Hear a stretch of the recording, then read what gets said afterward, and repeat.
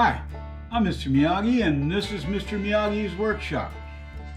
Well, not too long ago, a couple weeks ago, one of the subscribers said that they'd like to know how I make my seat pans.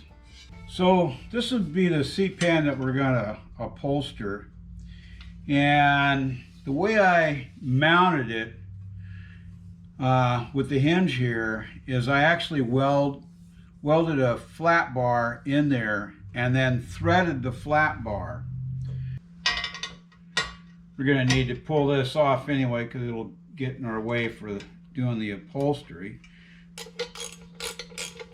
Now, in the past, I've tried to use the front seat mount that a lot of these guys make out there, and it's just pressed metal and it's very thin. You can see that this is built pretty skookum. That's a 1/4 inch by 1 inch flat bar, and then I welded the same thing. I welded the flat bar onto the seat, so it straightens up the front piece there, and then you can drill and tap it, and works just great. One thing I might add here is you can see that I've welded up tabs that will accept this, and I've also got a bend in there, and that is just to make sure everything kind of lines up proper, so, and then have clearance underneath the seat. So you can see this is just a little bit of tubing that I had around, and it's got a 3/8 hole and a 1/2 inch outside, and like I said, it's welded to a piece of 1/4 inch by 1 inch bar. Okay, so when I cut this out, basically what I did is I had the pattern like this, and I just traced it out on the metal. I cut part of it out with my little saw, and I have a brake over here that I can actually bend some of this up. And now you can look at this, this is how I got that curvature. I actually put it in a brake and stepped it all through here. Now you can, if you've got a press, and you can set up a V block. So let's walk over to the V block. So what I have a V block here.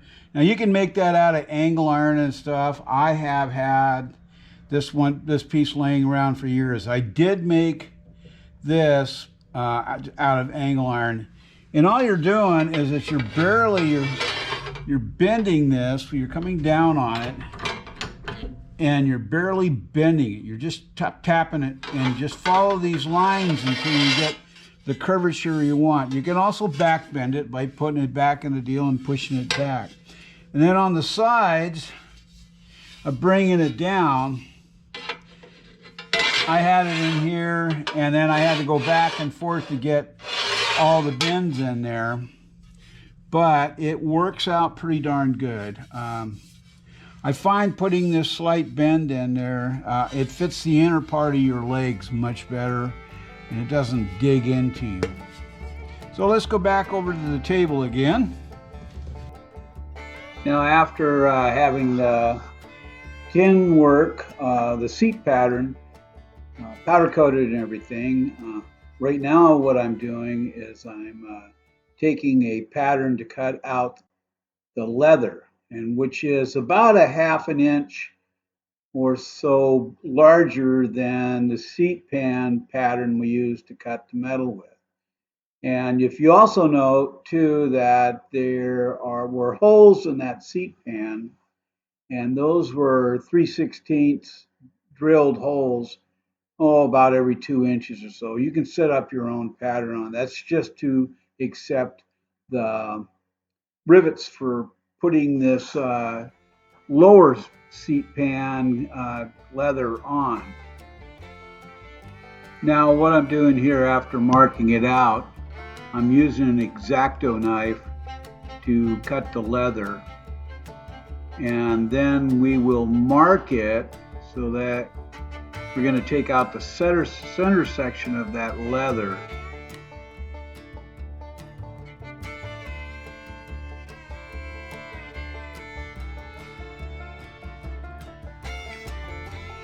Now what I'm doing here is marking around, and I believe that was about an inch or inch and a half wide section that I was marking around with a pair of scribes so I could cut out the center of this so it would clear everything underneath the pan. And also what I'm doing is I'm punching in the holes so that I can put the rivets in that'll attach that leather to the pan itself. Of course, now once the leather is cut out, you want to fit it, and the holes large enough for your rivets to go through. You can work around the seat pan, attaching your underneath piece of leather, which everything will be stitched to.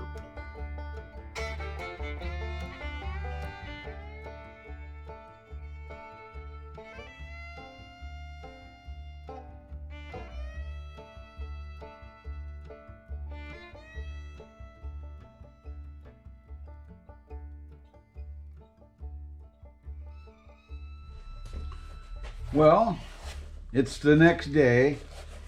I got distracted. I had to go take care of some other stuff.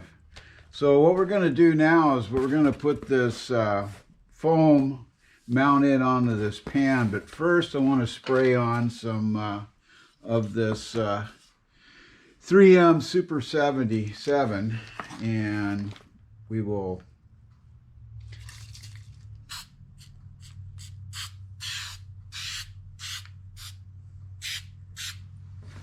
So I'm going to let that set up a little bit, and then I'll come back and we'll put this on. Hopefully everything will go right. Alrighty, so we're going to try to line up all of this. This is the tricky part.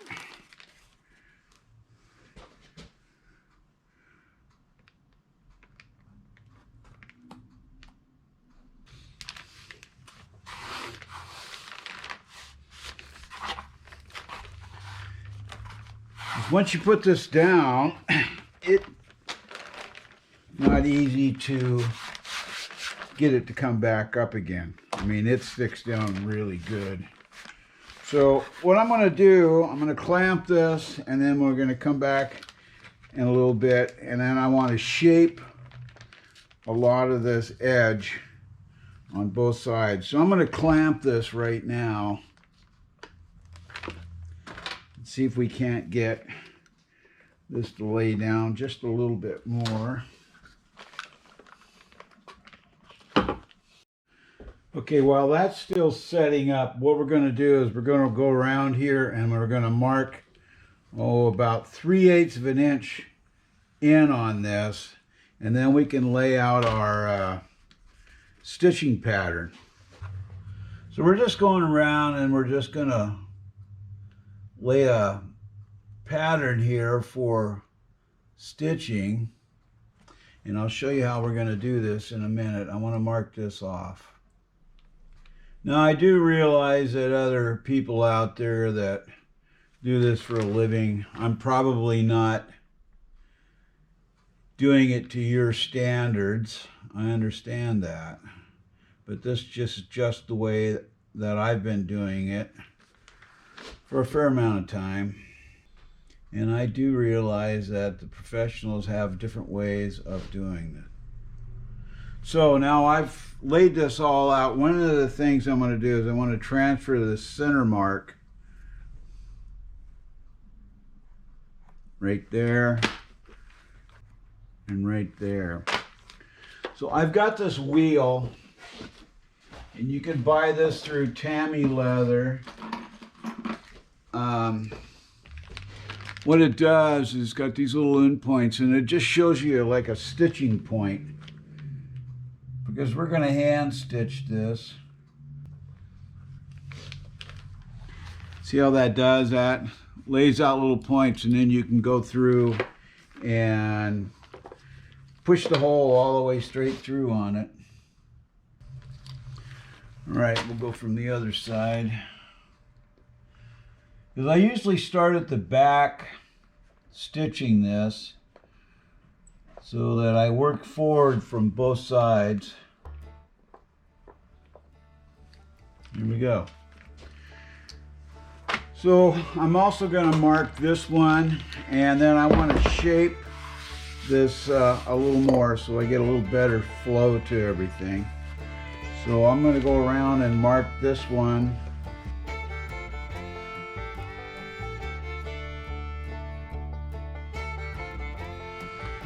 What I was doing there,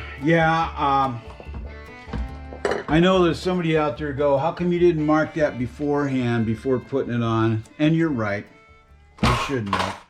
I should have put it on, I should have laid it out and did the same thing I'm doing here.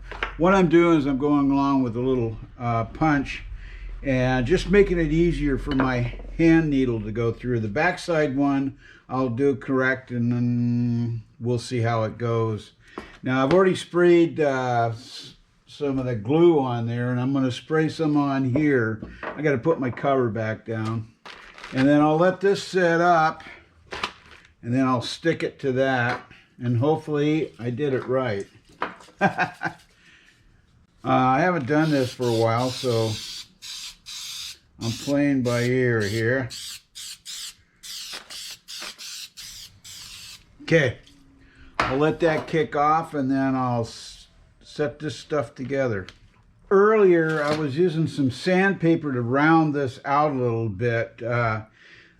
If you use heavier style leather like this, you don't have to really do it, but this lighter style helps shape it, and it doesn't show through as much on this. So here we go. We're going to line this up, and hopefully I don't screw it up the first time here.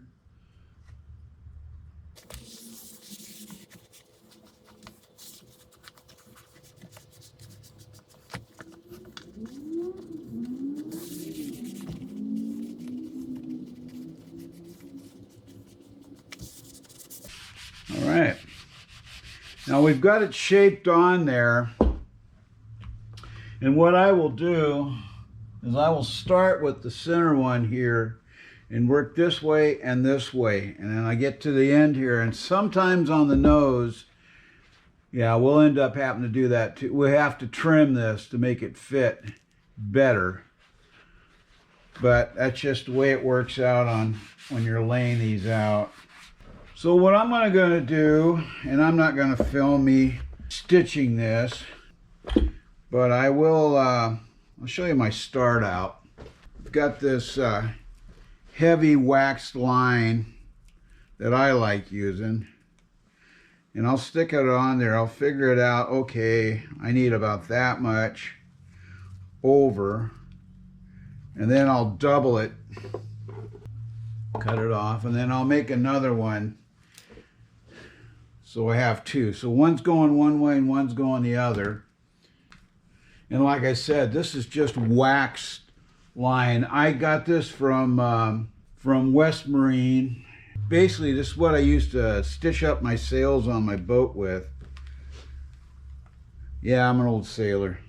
To do this, you're going to need some stitching palms. And these just sit on here, and it helps you push the needles through. And then I use some of these heavy-duty sail for stitching up sails needles. And we'll get one here started, and then I'm going to shut down and go find some place comfortable to sit and stitch this up. So you're just shoving that through, and then I try to get it centered on there, and then come back through the other way here. It pulls up, tighten, and then I proceed to go back down the same hole, and that's the first stitch. And I'll continue doing that all the way around on both sides. So I'll be back to you after I get this thing stitched up. 4 hours later. All right, so this is the basic finished product of the stitching. Now I did start here and I worked my way around, and these get a little tough. Sometimes adding water up here will smooth out that horn area a little bit. I've never been able to get it down pat. You know,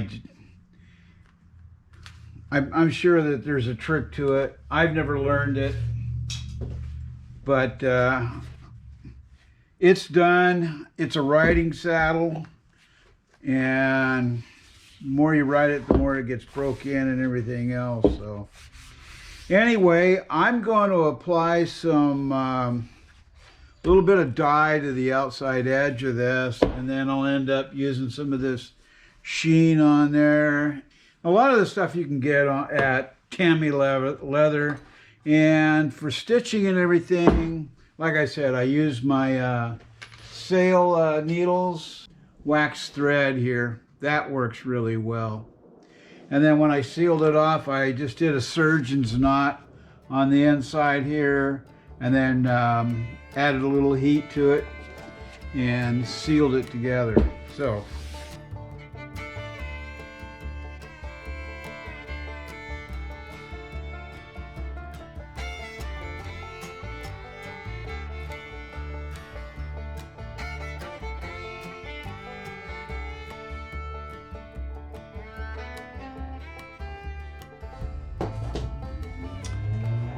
well, you can see that we got the seat all done and mounted on there, and the bike's been out on a couple of runs. It's been doing pretty good.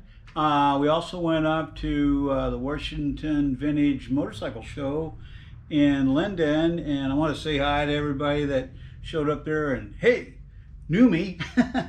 So yeah, it was a lot of fun up there and had a good time. I'm sorry I haven't had any videos out lately. I've had a problem with my main computer that I was doing, so I ended up opting to get another computer, and so far it's been working okay. So I'm going to try to get this video out. It's going to be a little late, but hey, what the heck. And then I'm hopefully to get going on some more videos. I've gotten some great ideas from you people that have sent me emails or hit me up on the comment list.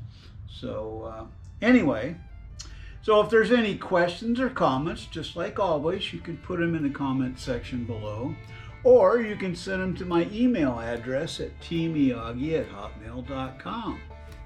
And if you've liked this episode, please like, share, and subscribe. And don't forget that ringy dingy button over there for the next episode coming up. So this is Mr. Miyagi saying, you be safe out there. Hope to see you on the road. Ciao.